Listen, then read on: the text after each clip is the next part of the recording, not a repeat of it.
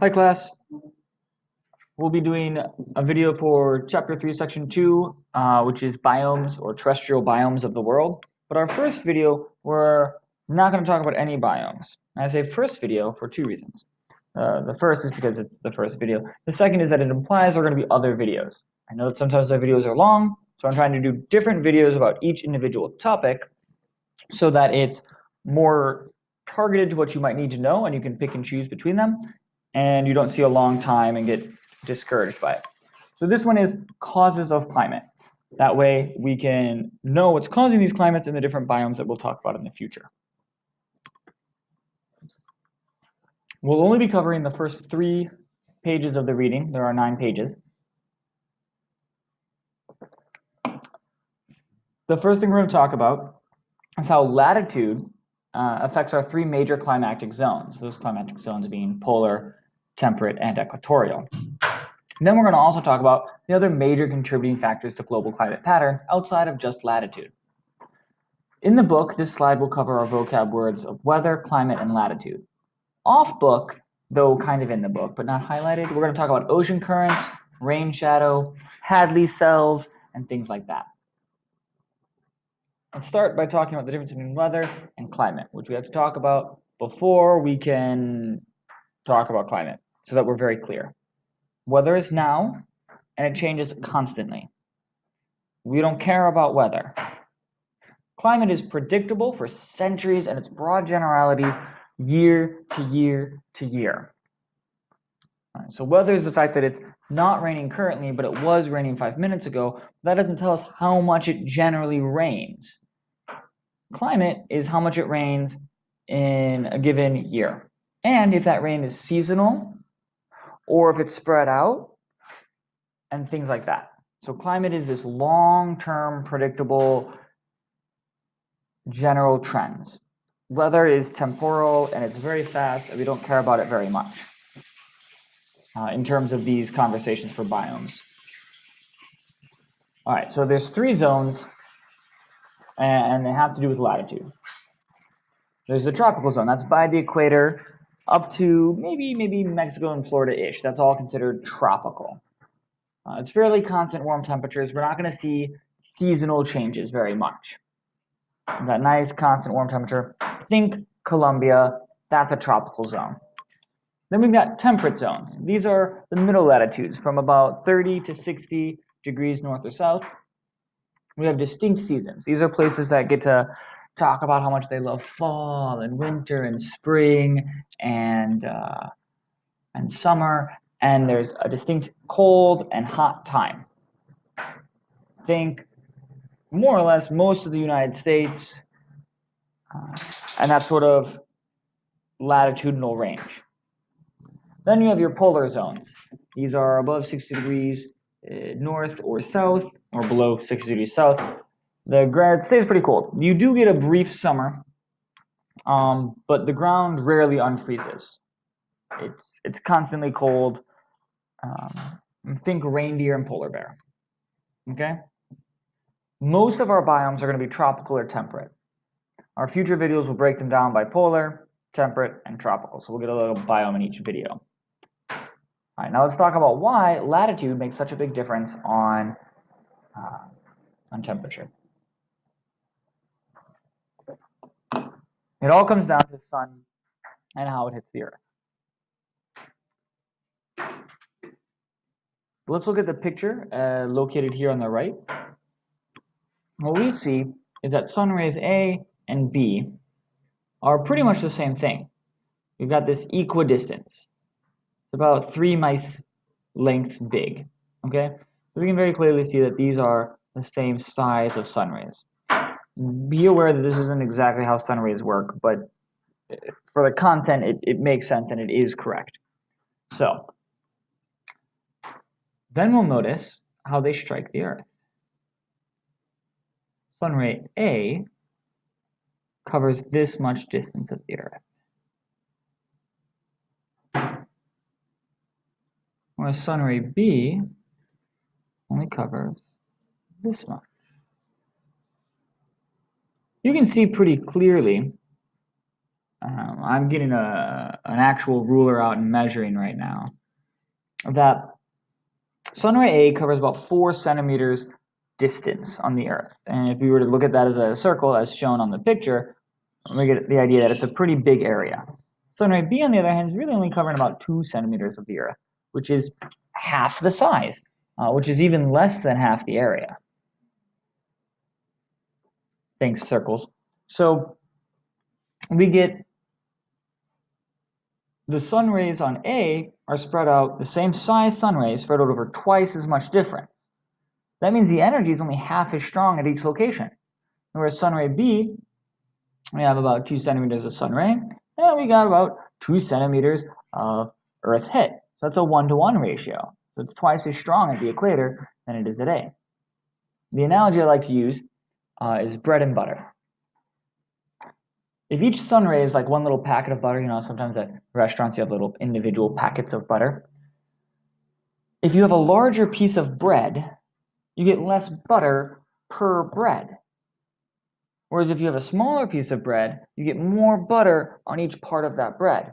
There's the same amount of butter, but because you spread it out over a wider distance, you get less butter per bread. If that butter is our sun ray, that means you get less energy per bread. Less energy means less warmth. That makes sense. More sun means more temperature. That's because sun is energy. That energy gets absorbed by the Earth and then released as temperature. If you have more energy, more sun hitting that area, it's not spread out as much, then you have more energy releasing as temperature.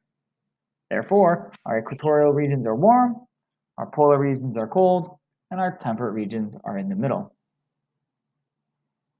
We get hot summers in temperate regions because the Earth tilts, and with that tilt, you get those northern or southern hemispheres getting that direct sun for part of the time. And so you can have seasons in the temperate zones that are as hot as the tropics, but the tropics are consistently hot. All right, moving forward. Global rain patterns. When we talk about climate, it's a response of both temperature and precipitation. Now, while we've discussed the main source of temperature, now we have to talk about precipitation. Wind drives the precipitation cycles. We need to know a few things first. Hot air rises, cold air falls. This is because as air molecules heat up, they bounce around a lot, and as they bounce around, they spread out. As they spread out, they become less dense, and that causes them to rise, much like a hot air balloon. When the air is colder, it becomes more dense, and as it becomes more dense, it is heavier and it sinks. Sweet. Additionally, this means that we get a lot of hot air rising at the tropics, as we've already discussed. Tropics are the hottest point, rising air there. Okay, cool. Then, as you go up in the troposphere, it gets colder. That makes sense. We know that as we go up in mountains and stuff like that, the tops of mountains are always cold, whereas the bottoms can be very warm. So, as that hot air rises, it cools off. This matters because hot air holds more water. Cold air holds less water. For those of you that have ever gone skiing, you know this is true because you have to use chapstick a lot because your lips dry out really quick in the cold air. Okay, so we've got this hot, wet air in the tropics, and it goes up. And as it goes up towards the stratosphere, as it leaves the surface of the Earth, as it rises and rises, it gets colder. And as it gets colder, cold air can't hold as much water, and that causes it to rain. Let's draw some rain. Boop, boop, boop. That rain falls directly back down onto the tropics. Hence, tropical rainforest.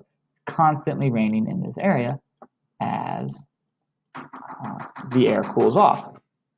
Great. So now we've got this cold air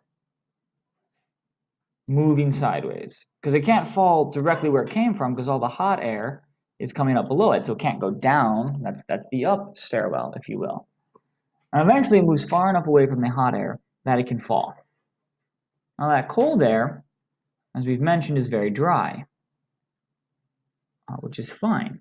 But as it falls, it's going to heat up because, again, as you get closer to the Earth, it gets hotter. Like going down a mountain, it gets warmer instead of colder. So now we've got this hot air that's super dry because it rained out all of its moisture earlier. In these locations, think New Mexico and Arizona and the Sahara and places like that. Okay, so as the air comes down, it's very cold. It heats up and it becomes very dry and warm. Well, warm air wants to absorb water, so it sucks up all the water in that area and it pushes back towards the tropics. Eventually, these cycles continue. But as it sucks up the water when it comes down, it keeps doing that, and that creates deserts. As a result, we get deserts very much so at 30 degrees north, 30 degrees south. We get tropical rainforests at the equator. And we'll also get some other cells worked in there, but that's the main cell. All right.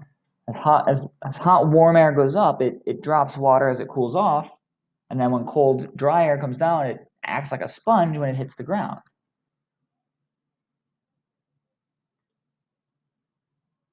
I don't know. The picture, I think, does a pretty good job here. Pause it, draw it, maybe. Okay, moving forward. That's not the only thing that causes frequent rain or frequent drying. Mountains also create deserts and rain zones because as the water goes up onto the mountain, as the air goes up onto the mountain physically pushes the air upwards, and as it goes up towards the top of the mountain where all the ice and snow is, it gets cold, and as it gets cold, it drops the water. And then it goes over, and then as it goes down the mountain, it again heats up just the same way as it has to, and it sucks whatever moisture would have been on the other side of the mountain away. This leaves rainy zones on the windward side and rain shadows or deserts on the leeward side. Over here, we've got an actual aerial satellite photo of Washington State. Columbia Basin, spelled wrong. Anyways, you see on Washington, you have Seattle, one of the rainiest cities in the world, because always that rain moves, the air moves up the mountain, and as it goes up and gets colder, it rains. You actually get what's called the temperate rainforest in Washington, because it rains so frequently, but it still has those seasons. I'm going to go on the far side of Washington. It's a desert. Nothing's growing there. At best, it's shortgrass prairie. And this trend follows all the way down Oregon and all the way down California, and anywhere there's a north-south mountain range. Anytime you're in a plain, look for it. You'll see trees on one side of the mountains and grass on the other. All right. Cool. Moving forward. Finally, one more thing plays with temperature, and that's ocean currents. Water is much, much better at holding its temperature than air. That makes sense. Right? When you're cooking with a stove, the air above the stove is very hot, but once you turn it off, it cools down pretty quickly. Whereas if you have a pot of water on the stove, that hot water retains its heat for a long time. So is also true in the world's oceans, and we see over here a really good depiction of our surface currents. Warm water makes warmer climates. Always. Let's check out where we see some really warm climates that wouldn't normally happen. We've got the Gulf Coast here, right? We've got the Caribbean and the northern part of Colombia, and this water is getting heated up by the equator, and it's expanding, and it's going this way. Okay, hot water, right? We follow it here. And it goes up the American eastern seaboard, and then it keeps going over to England, Spain, places like that. Now, that's good and all, but let's take a moment and appreciate where Spain's located. Spain's here. I'm just going to take this over. Oh my gosh, look, we're in Canada. We're in New York. If we take London, right, we got London, which is not like, we're in like the northern parts of Canada. But London isn't as cold as Canada. No one talks about moose living in London. No one talks about like driving their trucks out on the ice in London. In England, that's not how it works. It has more of a climate similar to Chicago. But look how much farther north it is.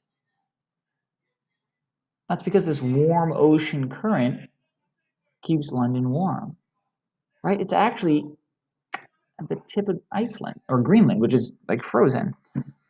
It should be super cold. However, because we got this warm ocean current moving up to it, it stays relatively mild and kind of nice, right? It's a destination for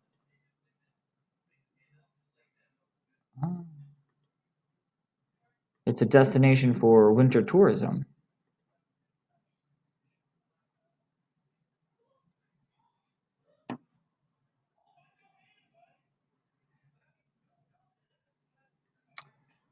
That's a direct result of ocean current.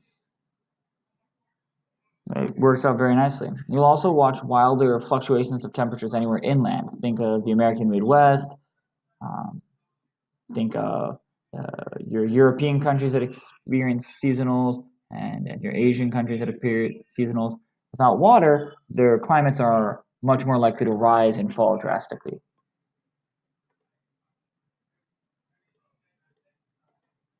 I believe that sums up why we have ocean currents.